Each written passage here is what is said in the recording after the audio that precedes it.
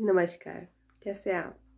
मैं हूँ आशी बसरा और आप मुझे देख रहे हैं मेरे YouTube channel Attari Heights life in England since 1995। जी हाँ, कहिए कैसे हैं आप सब? आज ये मेरा वीडियो अपना विचार रखने के लिए मैं बना रही हूँ, क्योंकि बहुत से मेरे दोस्त हैं, ऐसे मित्र हैं जिन्होंने मुझे बार बार ये पूछा कि मैं किसान आंदोलन जो हिंदुस्तान में हो रहा है उसके बारे में क्यों कुछ नहीं कह रही। तो मुझे लगा ये ज़रूरी है कि मेरे जहन में जो भी चल रहा है वो बात मैं शेयर करूं। मैं ये भी जानती हूँ कि अक्सर लोग, अगर हम उनकी ज़ुबान ना बोलें तो वो तिल मिला जाते हैं और बदज़ुबान बोलने लगते हैं। अपना गुस्सा, अपनी हताशा गलत ज़ुबान बोलकर उसको ज़ाहिर करते हैं। मैं यही कहना चाहूँगी कि हर एक इंसान को हक है अपने विचार रखने का। हर एक इंसान को हक है अपनी बात को ज़ुबान देने का, और हमें ग्रेसफुली एक्सेप्ट करना चाहिए, अग्री टू डिसअग्री। तो मैंने इस बारे में अब तक बात इसलिए नहीं करी थी क्योंकि मैं उसी विषय पर बात करना चाहती जिस विषय में मैं अच्छी तरह से जानती हूँ, गहराई से जानती हूँ। ना तो मैं किसान हूँ, ना इस वक्त हिंदुस्तान में हूँ, तो इसलिए असली तस्वीर जानना बहुत मुश्किल है। जहाँ तक मैं समझती हूँ कि ऑन 26 जनवरी से पहले मैं सिर्फ इतना जानती थी कि गवर्नमेंट, हिंदुस्तानी गवर्नमेंट ने ऐसे 3 कानून पास किए हैं जिनका अफेक्ट हुआ है हिंदुस्तानी फार्मर्स की लाइफ पर, तो जिससे कि हिंदुस्तानी फार्मर्स अग्री नहीं होते और वो अपना प्रोटेस्ट कर रहे हैं दिल्ली में, जो कि एक जायज़ बात है कि अगर हम किसी बात से सहमत नहीं होते सरकार की, तो हिंदुस्तान एक डेमोक्रेटिक कंट्री है, तो हमारा हक बनता है अपनी बात रखने का, अपने जो हिंदुस्तान के मुखिया हैं, हमारे प्राइम मिनिस्टर हैं, उनके सामने, गवर्नमेंट के सामने। लेकिन 26 जनवरी को जो भी कुछ देखा उससे बहुत ज़्यादा शर्म महसूस हुई। हिंदुस्तानी जो हमारा तिरंगा है, जो हमारा मान है, जो हमारा सम्मान है, जिसके लिए भगत सिंह ने अपनी जान दी, जिसके लिए लाला लाजपत राय ने अपनी जान दी, जिसके लिए हज़ारों, जिनके नाम भी शायद हम याद नहीं रखते, उन सब ने जान दी उस तिरंगे के मान के लिए।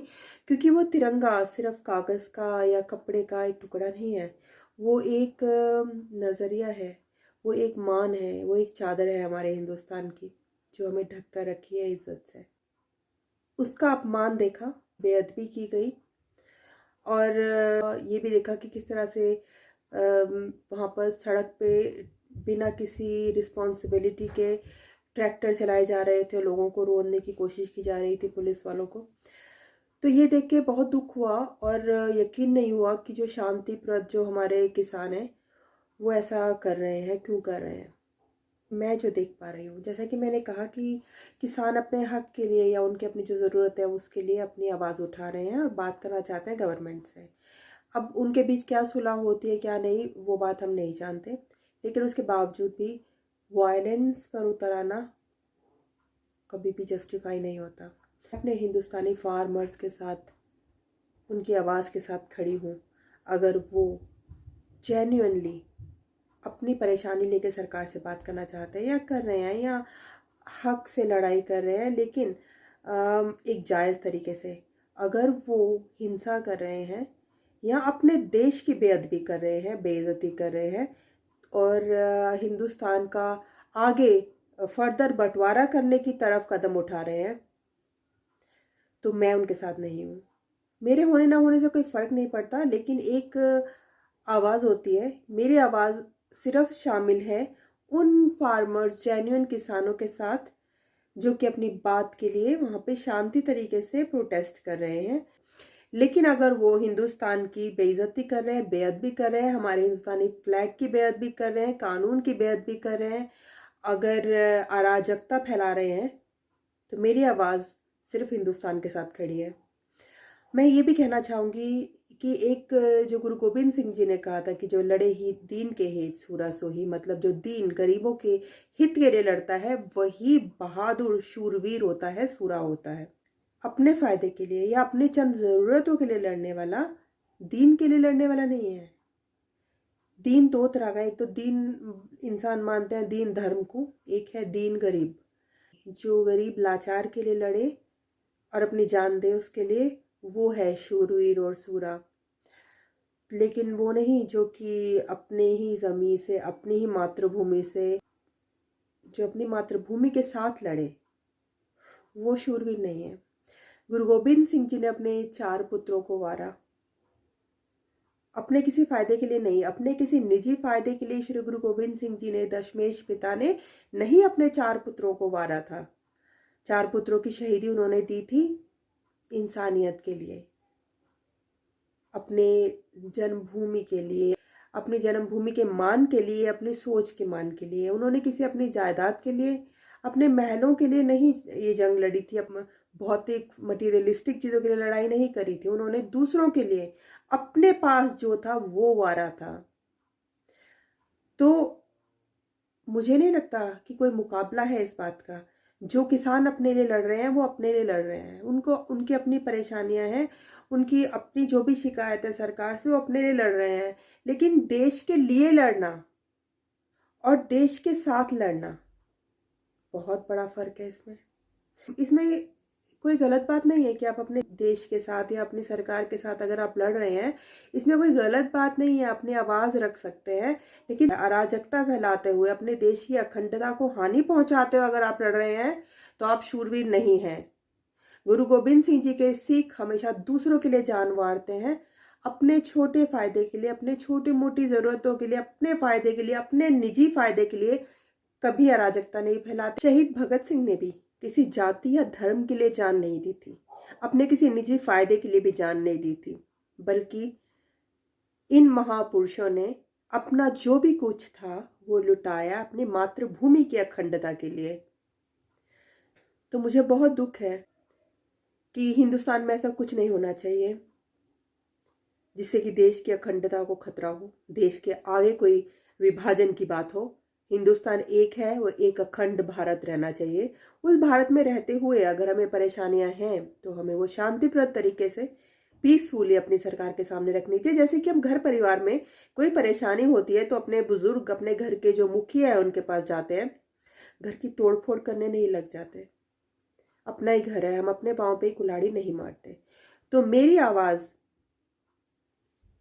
मेरे देश के साथ है, मेरे हिंदुस्तान के साथ है, मेरे हिंदुस्तान के उन नागरिकों के साथ है जो शांतिप्रद तरीके से अपनी बात सरकार तक पहुंचाना चाहते हैं, और उन लोगों के खिलाफ है जो देश की अखंडता को हानि पहुंचाना चाहते हैं, जो हिंसा से, जो मासूम जेन्युइन किसान है जो उनका नाम खराब कर रहे हैं। मेरी आवाज़ उनके खिलाफ जाती है, हिंदुस्तान के साथ जाती है। तो मैं यही प्रार्थना करना चाहूँगी, यही रिक्वेस्ट करना चाहूँगी कि हिंदुस्तान की अखंडता को खतरा ना पहुँचाए।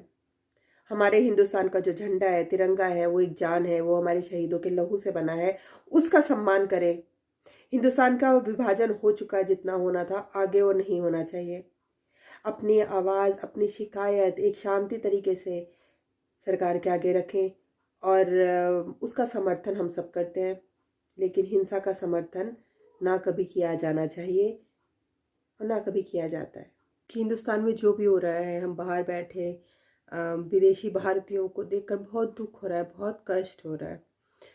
जो हमारे हिंदुस्तानी फार्मर्स हैं, जो किसान हैं, जो अपनी परेशानियां लेकर इस वक्त दिल्ली में सरकार के साथ बातचीत करने के लिए इंतज़ार में हैं, या बैठे हैं, या अपना प्रदर्शन कर रहे हैं, उन्हें मर्यादा में रहकर अपनी एक शांतिप्रद तरीके से प्रदर्शन करना चाहिए, लेकिन अपने देश की मर्यादा को ध्यान में रखते हुए, अखंडता को ध्यान में रखते हुए, अपने देश का सम्मान करते हुए सरकार से बात करनी चाहिए। और अगर वो ऐसा कर रहे हैं तो कोई कारण नहीं बनता कि सरकार की तरफ से कोई वायलेंस हो, होना भी नहीं चाहिए। और जो मासूम और जो जेन्युइन किसान हैं, जो वहाँ पर वाकई अपनी परेशानियाँ लेकर आए हैं, बात करना चाहते हैं, उनकी बात सुनी जानी चाहिए। और किसानों को भी चाहिए कि वो अपने देश के हित के बारे में भी सोचे, और सरकार को भी चाहिए कि वो अपनी प्रजा के बारे में सोचे, और जल्द से जल्द जो भी फैसला करना है वो अपनी किसानों की हित को ख्याल में रखते हुए करें। लेकिन इससे हमारे देश की अखंडता को, देश की शांति को कोई खतरा नहीं पहुंचना चाहिए, देश के और नागरिकों को परेशानी नहीं होनी चाहिए, किसी की जान नहीं जानी चाहिए। तो प्लीज़ रखिए अपना ख्याल और एक दूजे का भी। जिए और जीने दें। राष्ट्र सर्वोपरि है, ये याद रखें। देश है तो हम हैं, हमारी मातृभूमि है। जय हिंद।